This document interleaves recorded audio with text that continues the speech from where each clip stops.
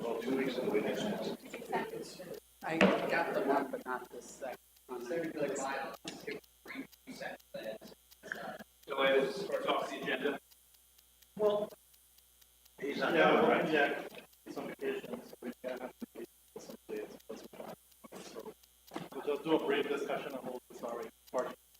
Then you won't be. You have the letter. Hey, you can sit here and enjoy the beautiful air conditioning. Hey, the air's working in here. Higher condition. Thank you. So we'll keep you updated on what's going on. That'd be great. Yeah. Marion, I think Colleen had me on the remote. Very good. We have anybody saying anything here? Or was it him? Somebody. Yes, there were two. Jennifer Van Brandt. But there's no need to make any changes on this, right? I emailed you. I think Alex told me. That's what I thought.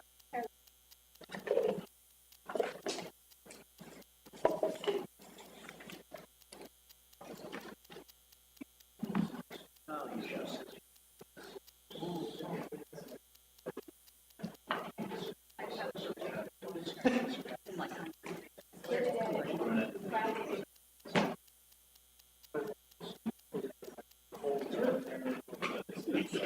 I'm gonna make you drink because it was But she was too much time on it.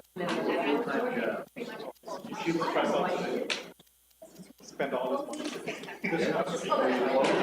Saturday, I got. So he's all done. He's all done. And I got. Rose gonna dump him now, or what is he on that? Or she gonna hang out? Ha! Oh my God, you know, I was like, so quick, I was Think Rose is gonna hang out? Yeah. I have to file a GoFundMe page. Legal funds. You're so bad. Yeah. I didn't get harassed today. Nothing came of it. Yeah. You know, there was nothing, just. CW tied me up all day. Right, they're here, they have arrived. All right, so I will call to order the Committee on Administrative Efficiency. One item before us, the final review of the ordinance, amending the administrative code of the city of Schenectady related to inspection and multiple dwelling code. We had the public hearing last week, and I understand there's one person who spoke.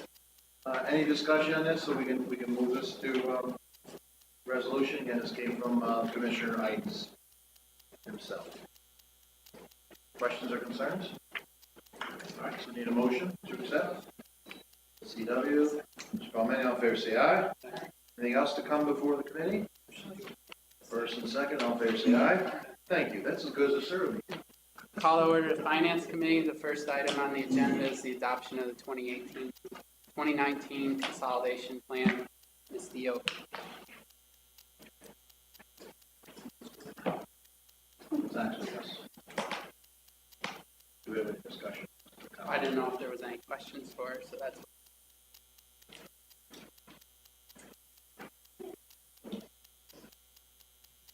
Mr. Kosher. All right, so I have the first.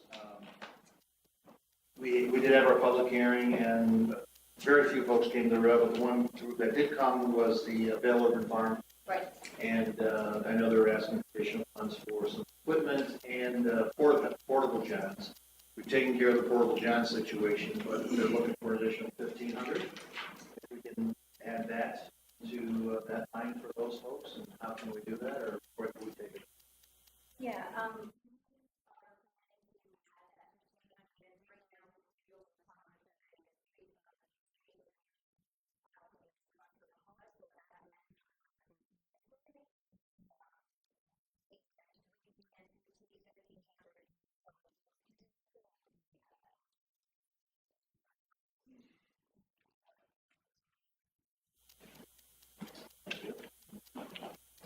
Anyone else? Mr. Motivaren. Again, consolidated the application. So, how will we be able to look at the outcome? When you consolidate? we didn't consolidate.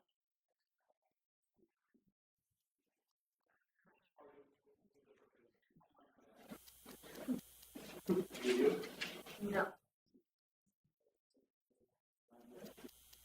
No, we didn't combine the applications.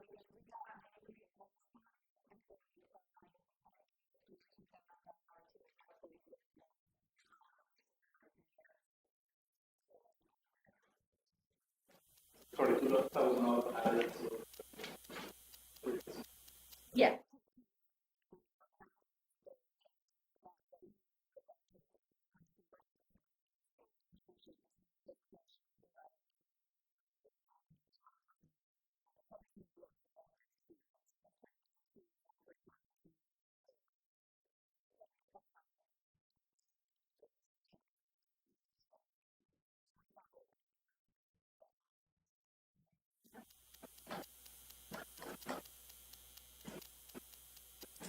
About that, Porterfield. sorry. So is that, what does that include with the initial, I know, did they get what they initially asked for, was they, when you add 32, is I it bring them up to that? initially, I believe.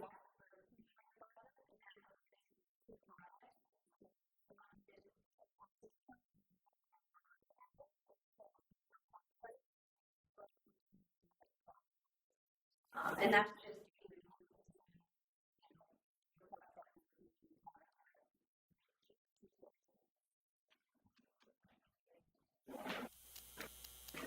And any other questions? What's for? I guess, and again, I made the comment earlier through the public portions.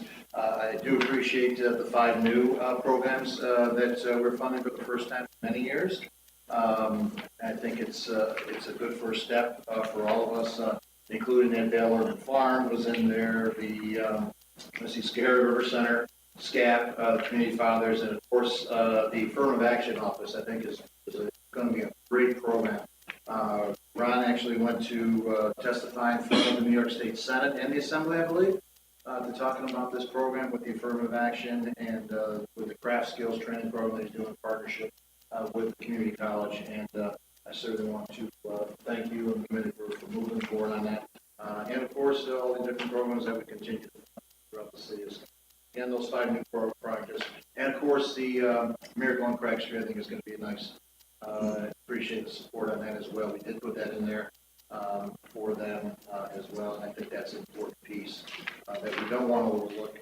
So it shows our commitment to that project and to the community by affording some funding here from CDBG for that Miracle on Craig Street project. Ms. Porterfield? And I do have a question regarding that. Consistently throughout this, I've seen that project, the organization called the Hamilton Hill Neighborhood never referred to the Miracle on Craig Street. Is that how they submit their application? I'm not sure that.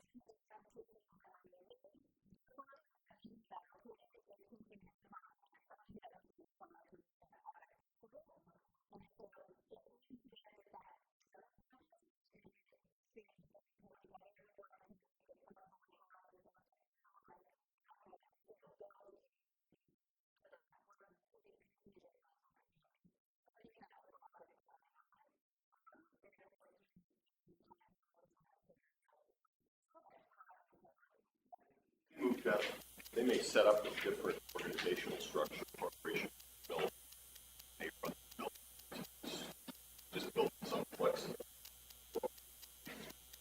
potential program delivery. Right.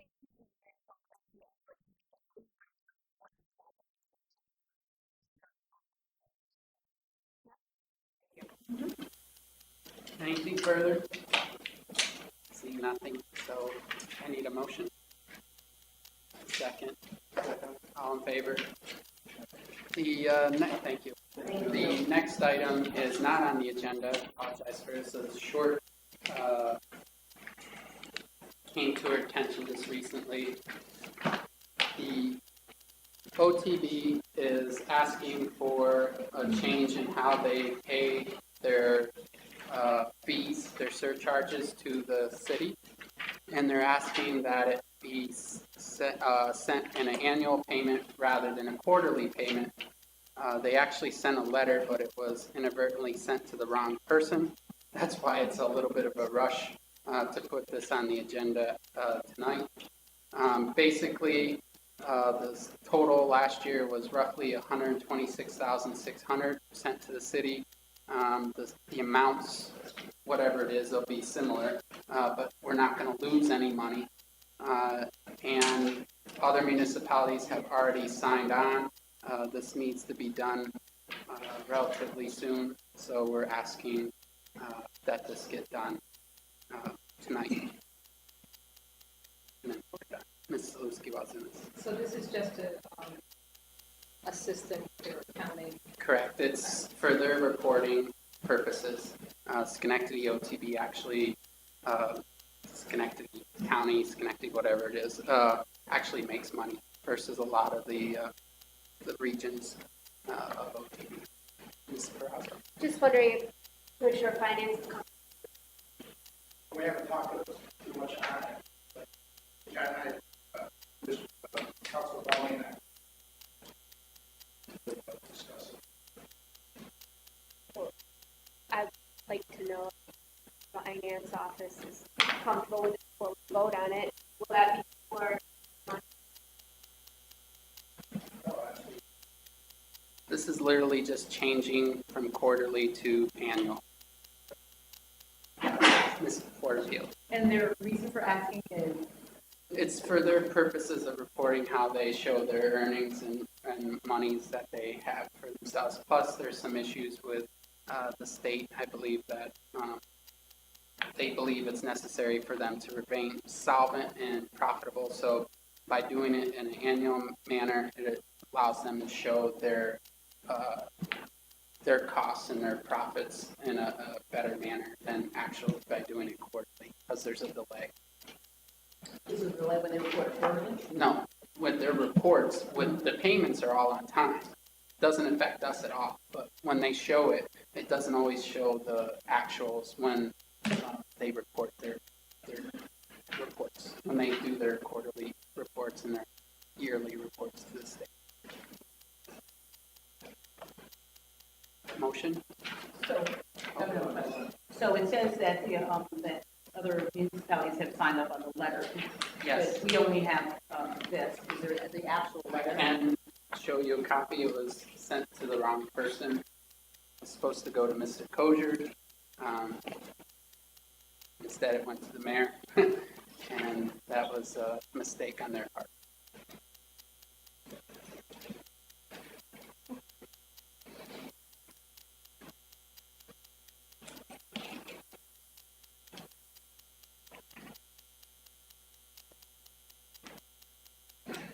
So it's really for their cash flow purposes. Yes. Doesn't impact us negatively at all. Otherwise, I would be the first to object. Plus at the end of the year.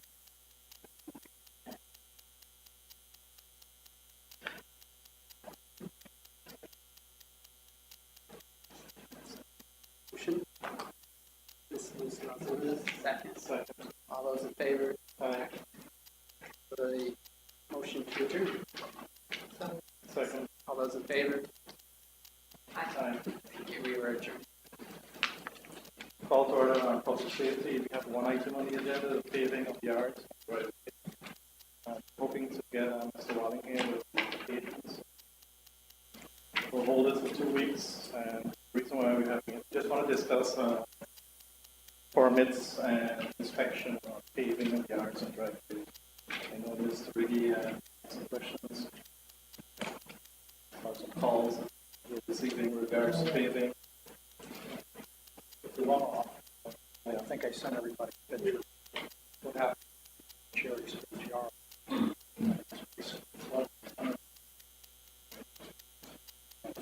It's page. So it's an issue. And Bob Harvey, I think, brought something else. I can't know if He brought some pictures here. He did. Yes. Yeah, he knows something. I don't think they're the only ones that are by themselves. It's something that's been going on, and I think we have to stop it and probably have, I don't know if we're gonna have the power to change what's already been paid. It was done illegally without a permit. So withstanding the city has in that, it's causing problems. So I think it's something we really have to look at and do something. And that my question to Mr. Valtico. If there is someone that is not in compliance or have a permit when they pave their driveway, does the city have any legal action to have them remove that? Assuming we can prove it to the standard that you need to enforce it, then yeah, that's one of the outcomes of working. Go ahead.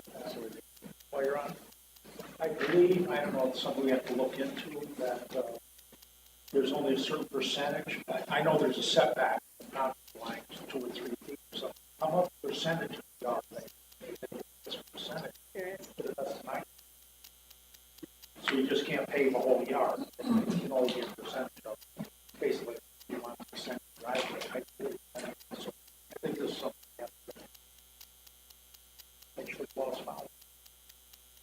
Yeah, that's correct. So Ali and I had a discussion with this several months ago, and he was going to look into it to make sure that the engineering department reports the inspection on the permit, make sure that homeowners are pulling the permits for the driveway and yard. So that's something I will discuss with him further, and we'll bring it back in 2 weeks and make sure that we address it this time around. On that, John, one of the problems is people don't pull a permit because it gets done either after hours, it gets done on a weekend, and it's done, and the damage is done. So I think we also have to look at, the possibility or the authority to force them to remove it since it wasn't done legally. It's causing problems to our neighbors. I mean, I know the one guy on Cherry Street, he wants to move. That's not what we need. Oh, it's a responsible homeowner. Okay. Yep. All right, so we'll hold it for 2 weeks. Any other business for public safety? In terms of the I know that generally, the chair, I think the chair has changed right now, comes and does report to the council just to give some information about, cases they see with statistics or whatever. Do you know when we'll be seeing that? I can get a copy and then ask for a presentation. Okay. All right, good. Thank you. All right, any other business? No motion? So- Second? All in favor? Aye. Thank you. Call to order government operations, just requesting a ceremonial resolution for Manhattan Exchange. Deborah Malfa recently received the President's Award for philanthropy. She does a lot in the community, as do many of our businesses. Quite honestly, this is a specific thing to recognize her service to the city. So, just looking for a motion on that. Yep. Second? That's you. All those in favor? Aye. Is there anything else to come before government operations this evening? A second. Okay, all in favor? Aye. Thank you. Keep looking at the sheet. Okay, so we're going to open up city planning and development, and first item on the agenda is the vacant building registration form. I'll bring it over to Mr. Pelman. Basically, it's not a form. We already have a vacant building registration form in place. It's just changing the fees that are in place. Currently, the fees are, for the first annual fee is $1,050. Second year would be $1,550. Third year, $2,050. Fourth year, $3,550. And the fifth year, $4,050. It also calls for them to pay these fees within 30 days. Basically, the cost of maintaining these vacant properties has gone up significantly. We know that. We see it throughout the city. So I'm proposing that we increase the fees to help maintain these properties throughout the city, and looking to increase those to $2,500 plus a monitoring fee, which would basically be looking at whether or not it would allow us to know whether or not someone broke into the property. Maybe there was some sort of water break or something. Second year, $3,000. The third year, $3,500. The fourth year, $5,000, and the fifth year, $5,500. Just to give you an idea, the cost of vacant property to a municipality, there's been some research done by Community Bite Solutions. He was from the former person from the Treasury Department, and also the Federal Reserve Bank of Cleveland did some research on this. Basically, you're looking at an extra $14,000 a year in costs from crime. That does not include property crime.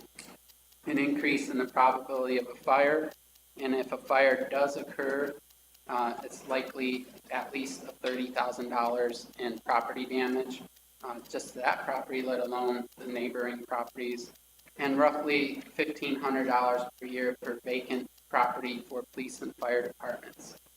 That doesn't even account for the reduction in property values of the houses that are immediately in the neighborhood. You're looking at 1 to 2% in decrease in property values. All of us get calls all the time about these type of properties, so this would help pay for the cost of maintaining and getting these properties cleaned up. Even if you accounted, I mean, that's roughly, let's see, 14, so you're looking at $45,500 per year, roughly, in costs. Even if you took half of that, it's still a substantial number. So to increase the fees on a vacant property to help alleviate the blight in our neighborhoods, I think, is something worth considering. Questions, Mr. Brazel? Does this, the vacant property, both commercial and residential? Yes. So in essence, if there was a commercial property that someone had on the market, would it incur these fees if they were not able to sell it? Okay. It depends on how the property. Okay, so it does make a difference, right? So if they're keeping it up to code and secure and all of those things, then this doesn't. Correct. It's somebody, has died, family members died, Yeah. they've moved through the estate, they've got a listed realtor. We don't assess the fee. The same thing is with commercial property. So if you have a tenant down if they're acting with faith, paying property, Yep. marketing, and trying to get somebody in, it may not happen tonight. So it could be unoccupied for a period of time, as long as it's not creating that Yep. nuisance value where people really walk away from it. They're not maintaining it. And they have the fee structure kicked in. Yeah, that makes sense. I just wanted to make sure that if we had, a unique property that didn't sell for a couple of years at no fault of the owner, that they would Sometimes be. it's a little bit of negotiation where that line is. People will say that they're doing a good job. Well, City's position that's, might be that it's not. but there's a set of standards that we measure by. Okay, thanks. Ms. Porterfield? What is the current? It's $1,050 for the first year. So that's for whether it's commercial or residential. Correct. So we're not differentiating, if it's a we're not going to differentiate that on residential, don't have as much financial ability to pay, difference between them and the and a business. Fee structure right now is not differentiated. You assume that somebody having residential property doesn't have as much assets as somebody commercial property. That may not be correct. You've got some people who have a lot of residential property, letting some down, not maintaining it, not doing it. So it's, again, you got to look at it on a case-by-case basis. But our costs are close to the same as commercial. Well, actually, I'm thinking more about the banks, who seem to have a lot of property on maintaining. Roughly 80 to 85% of these properties are bank owned. Is an underlying mortgage where the banks have an equity. That's the biggest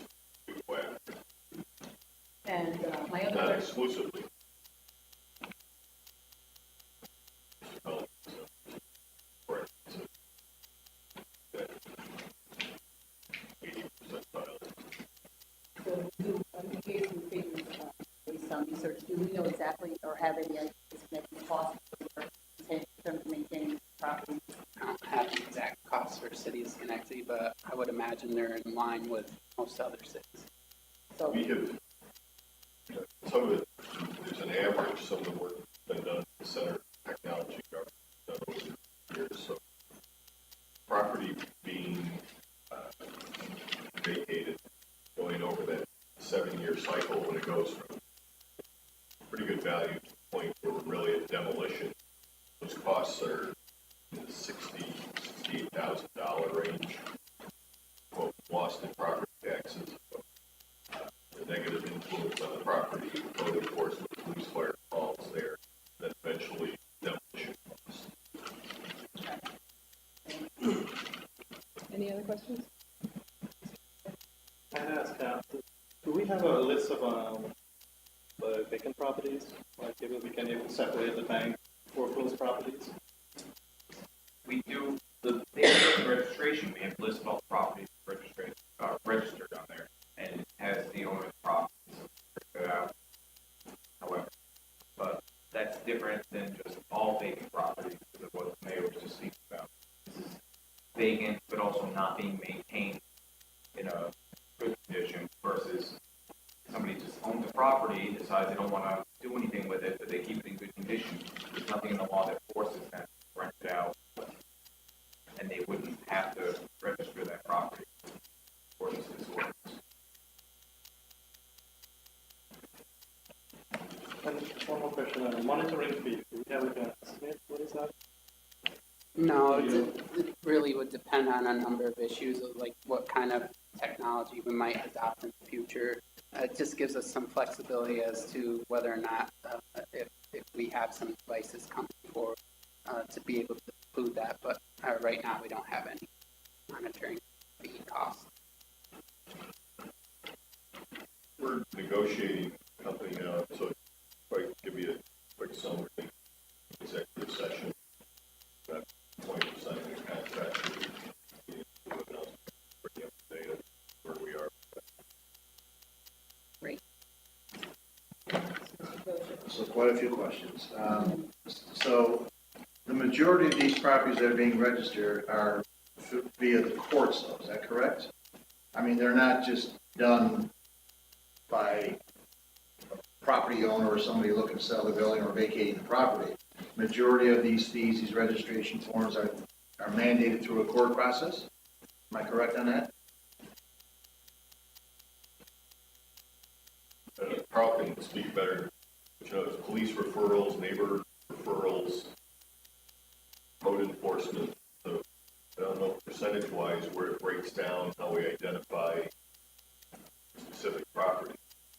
Most people, some compliance with people where they are registering on their own, it's usually as a result of us taking some affirmative action. Where that originates from, Carl can't be able to tell you what percentage comes out of court or from other city referrals. What the mayor's saying doesn't mean that the court is requiring the person to do it. What will happen is some city employee, the police, fire department, codes department will identify the property. They'll go through the citation process. We'll get them into court, and then in order to resolve the case, as part of that resolution, they'll have to register the building, the vacant property registration. So that is generally how private homeowners come to get their property listed on. Where does the zombie law come into this? The New York State zombie law that Assemblyman in Santa Barbara has with these vacant properties that are owned by the bank. And I mean, Mr. Palmetti drove around a few weeks ago and had, what'd you have, 14, 15 properties? I mean, and I can drive around, and let me tell you what, these properties have been vacant for I don't know how many years since we campaigned every time. And they're gonna be vacant again when we come next year walking. So what is that process that is gonna force these folks to file this form and for us to collect? It's gonna be the court, right? We hope we get compliance, but yes, some of these, the only resolution from a court order. Try and go through the process to get compliance before you have to have a court order. All right, and then two other questions. I understand income-wise, I look at our budget, revenue was almost $400,000 that we brought in through this vacant property and disposition fee. I mean, that's an awful lot of money. That's what we have listed, 400 grand. Well, unless it's different, I mean, that's what you had in the budget. No, it's a lot of revenue, but it doesn't offset all the expenses. No, and I understand that. I understand, and that's what I'm saying. That's to the other point there. So what about those properties that are currently in this plan now? Where do they fall in? Do they get grandfathered in with the fees? Do their fees go up? How does that work? That I'm on year 2 of my plan, where I only paid the $1,500. It's whatever the council adopts. So if somebody has paid it this year, they've paid it. If the council chooses to add, whatever the effective date is, somebody coming in after Year that 2, would they would be pay. bumped up to $3,000. Right. The way the legislation was proposed. That, of course, can be subject to change by the discussion here.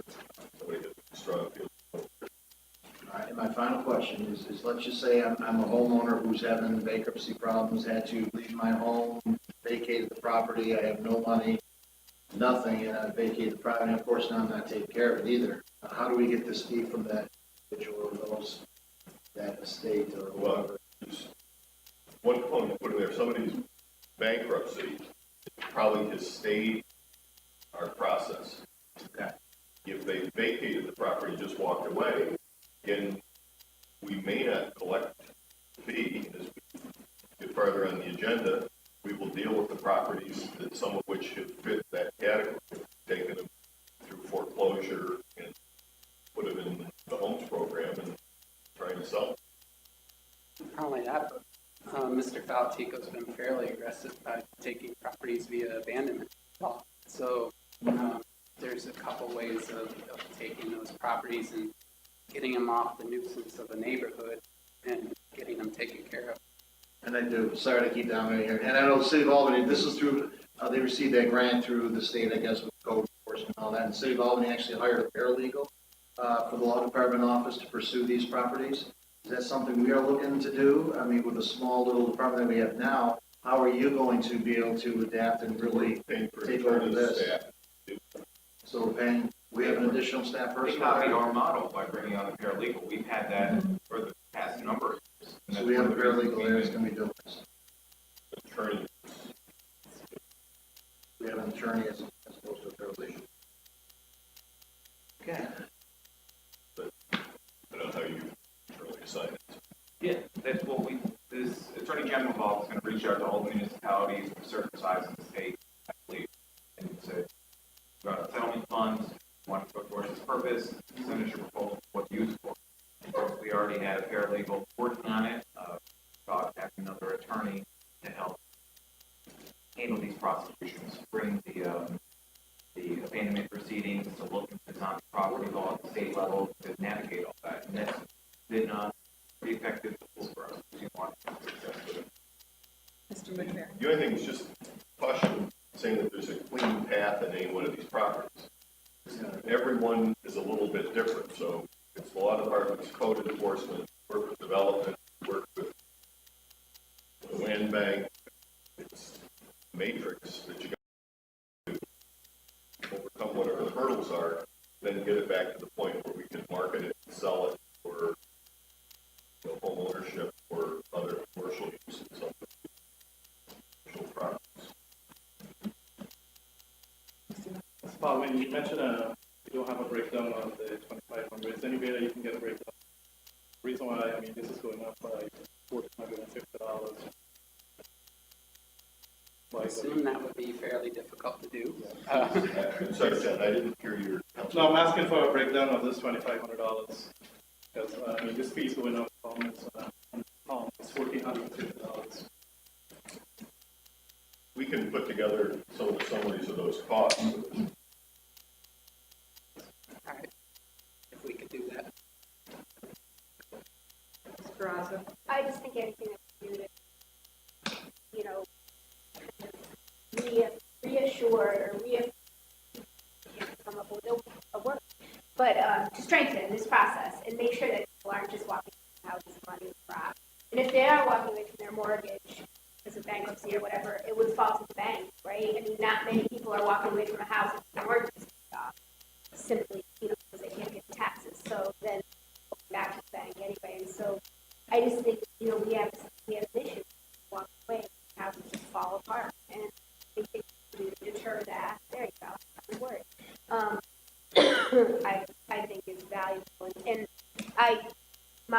concern was that,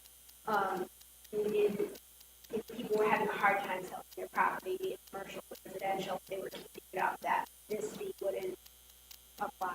So that part, I think, is, Try and use the carrot before the stick. Make it clear, this is not a money grab by any, But most times that's not.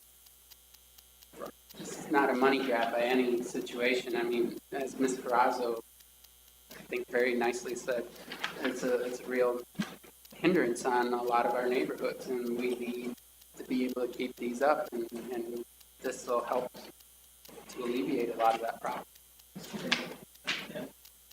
Again, and I agree totally. If somebody's really trying to market their house, they're not gonna let it go through disrepair, you know, let grass grow at its high, portals down, things like that.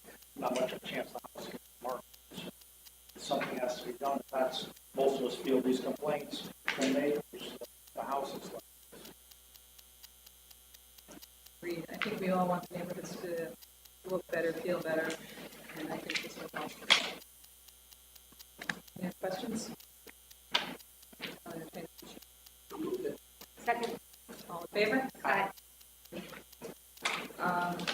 Next on the agenda are two irrevocable permits. We have Mr. Wallace is on vacation when that is discussing this, so I'm going to turn this over to Mr. Paltico. Yeah, I'm the city council standard. Well, two revocable permits. The first one, number 629, the Silver Shop, awning sign that's approaching Pittsburgh Way, right over there on J Street. Everything's in order. We have insurance. They have all the approvals. There's a nice rendering of what it's going to look like. So we are amending council approve this. Any questions? Move it. I'll second it. All in favor? Aye. Okay, and the second one, Second one is Dark Water Tattoo over 2602 Broadway. Again, they have a rendering of what they'd like to do. They got the necessary approvals. They provided us necessary insurance. So we're confident and recommend your approval for it. But if there aren't any questions, Mr. Riggi. this rendering that they show at the sign. You see where that car is pulling out of fish around that body, our feather flag. That's one that I've been bringing to your attention, zoning's attention. So if we approve this, I hope that sign, before we approve it, that sign's down. I don't believe they're legal. Hold that for that week. It's feather flags, and that's what I was waiting for an answer for 2.5 weeks from zoning. to get it. So I'm wondering, because there's other ones on Broadway like that, where like Congress Street, and the other one is Harrison Avenue. There's three of them. Because our zoning officer had paid Mr. Pope to take his down, rightfully so. And he took them down, so his question is, why are these signs up? It's a legitimate question. And it looks like select enforcement. I would like to see that. And I can discuss that with you a little more. What I can tell you is, a lot of times, the number of notices of violation are issued the same thing, same street, and one person decides to comply, and all the other people comply in the same time period. That one person might think the other people didn't get cited, and that's unfair, and possibly everybody else. And it is. Did they get cited? That's why I was waiting for an answer. Did they get cited for these feather flags? I get you the answer to that problem. I'm waiting patiently. So let me just clarify, is this sign, does it belong to the same pet, this body owner? I have no idea. I That belongs to. never thought about this sign before right now.